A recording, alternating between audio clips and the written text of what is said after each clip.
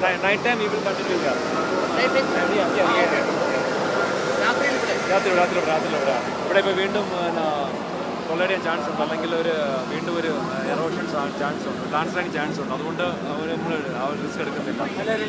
വലിയ ചോദ്യം എന്ന് പറയുന്നത് ഈ അർജുനും ആ ലോറിയും എവിടെയെന്നുള്ളതാണ്. ഈ മണ്ണ് നീക്കുന്നത് വരെ നമ്മൾ അതിന് താഴെ ഉണ്ടെന്നുള്ള പ്രതീക്ഷ നിങ്ങൾ കണ്ടില്ലേ, ഇന്ത്യൻ ആർമി വന്ന് നമ്മളെല്ലാം ജോയിന്റ് ആയിട്ട് ചെയ്തുകൊണ്ടിരിക്കുകയാണ്. നമുക്ക് എല്ലാവർക്കും ഉള്ള ഇതാണ്.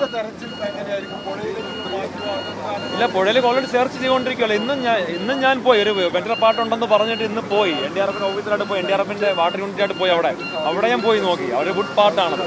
പിന്നെയുള്ള ഇന്ത്യൻ നേവി അങ്ങോട്ടും ഇങ്ങോട്ടും രാവിലെ തൊട്ട് വൈകിട്ട് വരെ സെർച്ച് ചെയ്യാൻ സോണാർ ഉപയോഗിക്കുന്നുണ്ട്, sound navigation and ranging system ഉപയോഗിക്കുന്നുണ്ട്. ഇവിടെ റഡാറാണ്, റേഡിയോ ഡിറ്റക്ഷൻ ആൻഡ് റേഞ്ചിങ് ആണ് വേണ്ടത്.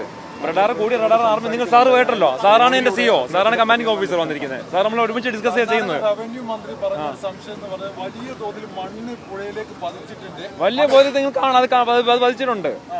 അപ്പൊ പുഴയിൽ സെർച്ചിങ് ടീമുണ്ട്, വാട്ടർ യൂണിറ്റ് ചെയ്യാണത്. നമ്മളെ ഡ്യൂട്ടി എന്ന് പറഞ്ഞാൽ ലാൻഡ് ഫുൾ സെർച്ച് ചെയ്യാന്നുള്ളതാണ്. ലാൻഡ് ഫുഡ് ഇത് മാക്സിമം നമുക്ക് തടസ്സപ്പെടുത്തിയെന്ന് വെച്ചാൽ മഴയാണ്. ഈ മഴ വരുന്നതുകൊണ്ട് മഡ് ക്യാരി പോയിട്ട് നമ്മൾ അവിടെ നിന്നാണ് ഈ ഡയറക്ഷൻ കൊടുത്താണ് അവരെ കറക്റ്റ് അവിടെ ചെയ്യിക്കുന്നത്. അവിടെ ഇതൊന്ന് ഇത്രപ്പെട്ട ഫാസ്റ്റ്. ഇപ്പം ആർമി യൂണിറ്റ് ഉണ്ട് വന്ന്, കേരളത്തിൽ സന്നദ്ധ പ്രവർത്തനം വന്നിട്ടുണ്ട്. അപ്പോൾ നമുക്ക് ഈ NDRF നല്ല സഹകരണമുണ്ട്. ത്രിവേദി സാർ NDRF CEO വളരെയധികം പുള്ളി കൂടെ നിൽക്കുകയാണ്, മഴ കൊണ്ടെല്ലാം നിൽക്കുകയാണ്.